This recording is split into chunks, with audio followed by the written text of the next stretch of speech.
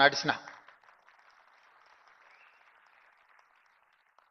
తెలంగాణ రాష్ట్రం సాధన ఈ సమస్యకు పరిష్కారం చూపిస్తుంది అనుకొని శాసనసభలో వాయిదా తీర్మానాన్ని ప్రవేశపెట్టి ప్రభుత్వం ఈ వాయిదా తీర్మానాన్ని చర్చకు పెట్టి ఏకగ్రీవ తీర్మానం చేసి మాదిగ ఉపకులాల వర్గీకరణను కేంద్ర ప్రభుత్వం పరిష్కరించి చట్టబద్ధత చెయ్యాలి అని శాసనసభలో తీర్మానాన్ని ప్రవేశపెట్టినప్పుడు ఆనాటి పాలకులు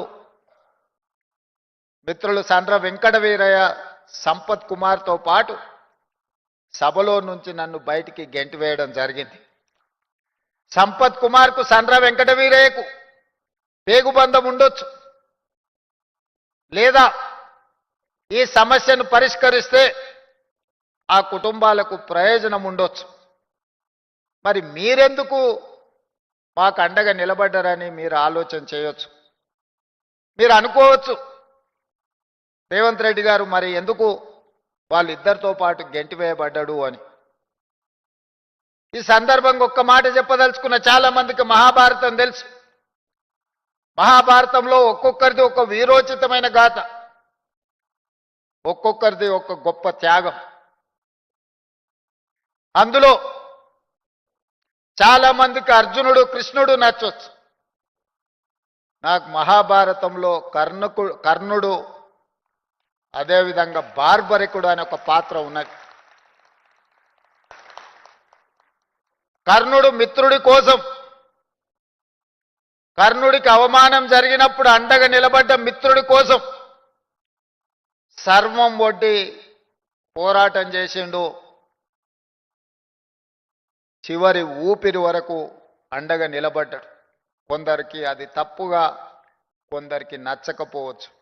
కానీ కర్ణుడు మిత్రధర్మాన్ని నిర్వహించిండు. నేను కూడా మిత్రుల కోసం అండగా నిలబడాలి. కొంతమందికి నచ్చొచ్చు, నచ్చకపోవచ్చు, కొంతమందికి ఇబ్బందికరంగా అనిపించవచ్చు. కానీ మాదిగలను మిత్రులుగా భావించి అండగా నిలబడాలి అని నేను అండగా నిలబడ్డా. రెండవ పాత్ర బార్బరికుడు. చాలా మందికి పాత్ర తెలియదు. మేము భీముణ్ణి విన్నాం, ధర్మరాజును విన్నాం, నకుల సహదేవుల పేర్లు విన్నాం, దుర్యోధన దుశ్శాసుల గురించి విన్నాం. బార్బరికుడు గురించి మేము వినలేదని చాలా మంది అనుకుంటుండొచ్చు. భీమసేనుడి కుమారుడు ఘటోత్కచుడు. ఘటోత్కచుని కొడుకు పేరు బార్బరికుడు. మరి ఆయన ప్రత్యేకత ఏందని మీరు అనుకోవచ్చు. బార్బరికుడి ఉన్న ఒకే ఒక్క గొప్ప లక్షణం, బలహీనుల పక్షాన నిలబడి కొట్లాడడమే అతనికి ఉన్న గొప్ప లక్షణం. అతను యుద్ధంలో దిగినప్పుడు న్యాయం బలహీనుల వైపు ఉంటే న్యాయబద్ధమైన బలహీనుల కోసం నిలబడే గొప్ప లక్షణం ఉన్నవాడు బార్బరికుడు. ఈ వర్గీకరణలో కూడా న్యాయం మీ పక్కన ఉంది, మీరు బలహీనులు కాబట్టే మీ పక్కన నిలబడి కొట్లాడాలి అని. ఇక నేను కూడా మీ పక్కన నిలబడకపోతే ఇక ఈ జాతికి మేలు జరగదని ఆలోచన చేసి రాజకీయపరమైన ఒత్తిడులు వచ్చినా మీ పక్కన నిలబడి ఈ సమస్యకు శాశ్వతమైన పరిష్కారం చూపించాలి అని ఒక ప్రయత్నం చేసిన. ఆ ప్రయత్నంలో పెద్దలు ఉత్తమ్ కుమార్ రెడ్డి గారు, దామోదర్ రాజనరసింహ గారు, డాక్టర్ మల్లు రవి గారు, సీతక్క గారు, శ్రీధర్ బాబు గారు, కమిషన్ చైర్పర్సన్ షమీం అఖ్తర్ గారు, చాలామంది అధికారులు, చాలామంది వాళ్ళదైన పాత్ర వాళ్ళు పోషించిండ్రు, సమయస్ఫూర్తితో వ్యవహరించిండ్రు. దాన్ని ఒక చట్టబద్ధత కల్పించి ఈనాడు మాదిగ ఉపకులాల వర్గీకరణను అమలు చేస్తున్న మొదటి రాష్ట్రంగా తెలంగాణ రాష్ట్రం ముందున్నదని ఇక్కడ నిలబడి మాట్లాడడానికి నాకు చాలా సంతోషం కలిగిస్తున్నది. సుప్రీంకోర్టు ఆదేశాల తర్వాత ఈ దేశంలో మొట్టమొదటి శాసనసభలో మనమే ప్రకటన చేసుకున్నాం. ఈ దేశంలో మొట్టమొదటి రాష్ట్రం మాదిగ ఉపకులాల వర్గీకరణను అమలు చేసి దేశానికి ఆదర్శంగా నిలబడ్డాం.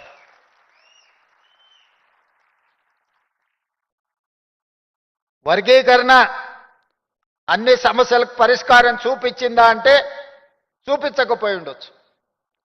మిగతా సమస్యలు ప్రొఫెసర్ కాసిం గారు చాలా విషయాలు ప్రస్తావించారు.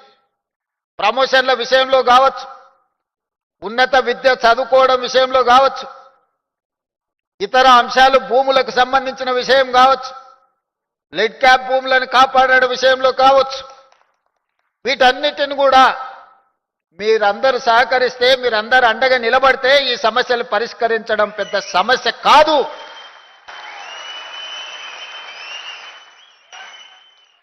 ముందుకు నేను వెళ్ళి సమస్యను పరిష్కరించడానికి ప్రయత్నం చేస్తున్నప్పుడు వెనక నుండి జరిగే దాడిని మీరు అడ్డుకోగలిగితే ఈ సమస్యకు పరిష్కారం దొరుకుతుంది. మీ అందరికి ఉన్నట్టే నాకు 2 చేతులు 2 కళ్ళు మాత్రమే ఉన్నాయి. పని చేసే ముందుకే చూస్తాను, ముందుండే పనుల్ని చేస్తాను. కానీ వెనక నుంచి జరిగే దాడిని నేను చూసుకోలేను. కాబట్టి మీ జాతి అండగా నిలబడితే ఈ సమస్యకు పరిష్కారం దొరుకుతుంది.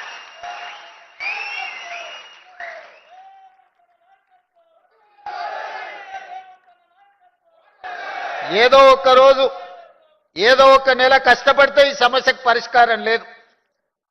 నిరంతరం అప్రమత్తంగా ఉండి మన సమస్యల్ని మనం అర్థం చేసుకొని ముందుకు వెళ్ళాలి. అదేవిధంగా మిత్రులారా, మీరందరు ప్రభుత్వ ఉద్యోగులు. ఈ ప్రభుత్వానికి కళ్ళైనా చెవులైనా బ్రాండ్ అంబాసిడర్లైనా నా ప్రభుత్వ ఉద్యోగులే. నేను పదే చెప్తా ఉన్నా. మొన్న జరిగిన మంత్రివర్గంలో మేమందరం కలిసి ఒక నిర్ణయం తీసుకున్నాం. ప్రజాపాలన ప్రగతి ప్రణాళిక కార్యక్రమం 99 రోజుల కార్యాచరణ కార్యక్రమాన్ని తీసుకున్నాం. ప్రభుత్వం వచ్చిన తర్వాత రేషన్ కార్డులు ఇచ్చినాం, సన్నబియ్యం ఇచ్చినాం, ఇందిరమ్మ ఇండ్లు ఇచ్చినాం, 200 యూనిట్లు ఉచిత కరెంట్ ఇచ్చినాం, ఆడబిడ్డలకు బస్సులో ఉచిత ప్రయాణం ఇచ్చినాం, రైతు రుణమాఫీ చేసినాం, రైతు భరోసా అమలు చేసినాం. అందరికి వచ్చిందా రాలేదా అంటే నాకు తెలీదు. మీరిచ్చిన సమాచారమే నాకున్న సమాచారం. ఇవాళ మీ అందరికీ నా విజ్ఞప్తి ఒకటే, ఏ పేదవాడి కూడా నాకు రేషన్ కార్డు లేదు అని బాధపడొద్దు. ప్రతి పేద